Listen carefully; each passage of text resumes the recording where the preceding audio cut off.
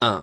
La plateforme politique Ensemble pour la démocratie et la souveraineté, AIDE, dont le référent est le président Laurent Gbagbo, a suivi depuis quelques années, avec une profonde amertume, la dégradation de la situation socio-politique et sécuritaire au Mali, notamment la montée du djihadisme, les conflits intercommunautaires et les nombreuses tueries occasionnées par des groupes armés. 2. Le mardi 18 août 2020, les derniers développements de l'actualité malienne ont conduit à une mutinerie de soldats qui ont procédé à l'arrestation du président Ibrahim Boubacar Keïta et de son premier ministre. 3.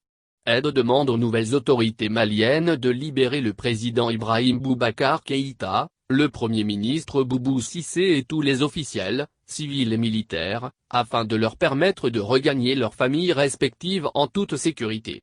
Il demande également que les autorités maliennes mettent tout en œuvre pour retrouver et libérer le chef de l'opposition, M. Soumaïla Cissé, retenu en otage depuis plusieurs mois par des groupes armés. 4.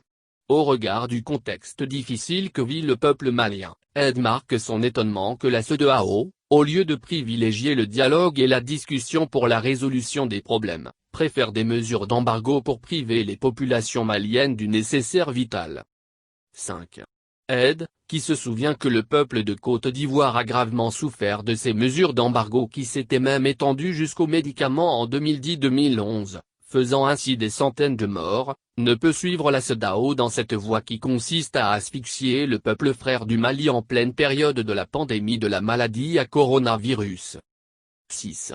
AIDE condamne et s'insurge avec force contre les mesures d'embargo économique prises par la CEDEAO et rapidement relayées par les autorités ivoiriennes qui ont instruit les banques et tous les établissements financiers aux fins de suspendre toute relation économique et financière, tout flux financier en direction du territoire malien jusqu'à nouvel ordre.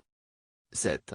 AIDE note qu'au vu de la forte communauté malienne vivant sur le territoire ivoirien et dont dépendent, sans aucun doute, leurs parents restés au pays, il apparaît inhumain et injuste de prendre de telles décisions contre une population déjà éprouvée depuis des années par la crise socio-politique et sécuritaire. 8. AIDE se tient aux côtés du peuple souverain du Mali qui a droit à la liberté et à la vie. 9. AIDE appelle toutes les parties prenantes à la retenue, au dialogue et à l'humanisme pour la résolution des problèmes au Mali.